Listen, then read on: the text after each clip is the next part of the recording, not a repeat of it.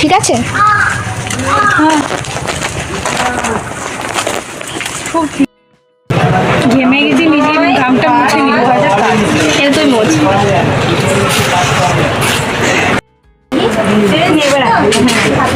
আজকে একটা অবিশ্বাস্য ঘটনা হয়েছে গাইস।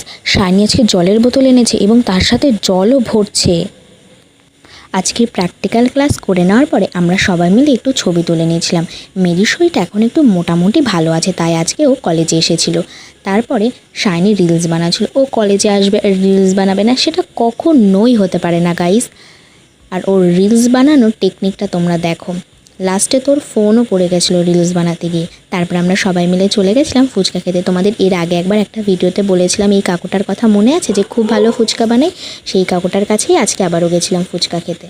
আমাদের অবস্থা খারাপ গাইস, আরে দেখো গাইস আমাদের কলেজ কত সুন্দর। কি করতে ক্লাসে আসলাম বল? না স্যার আসলো, না আমাদের কোনো কিছু হলো। 4 তলায় না 5 তলায় বয়ে বয়ে নাকি ব্যাগ বয়ে নিয়ে সিঁড়ি ভেঙে ভেঙে আসলাম। আমার তো মনে হচ্ছিল হার্টটাই ফেল হয়ে যাবে। আমার বয়স হয়ে গেছে এখন গাইস, কি করে ভয় বলো? মাজায় তো ব্যথাটা করে, মাজায় হার্ট। স্যার মনে হয় বাড়িতে এখনো টিফিন করছে, এখনো স্যার আসেনি, আর আসবেও না এই জীবনে। আমি আর আসবো না এখানে। এদের অবস্থা খুব শোচনীয়। সে কি বৃষ্টি নেমেছে গাইজ, কি করব, বাড়ি তো যেতেই হবে। ভিজে ভিজে গোবরডাঙ্গা স্টেশনে আসলাম, তারপরে আবার ভিজতে ভিজতে বাড়ি চলে আসলাম। আজকের ভিডিওটা এই পর্যন্তই।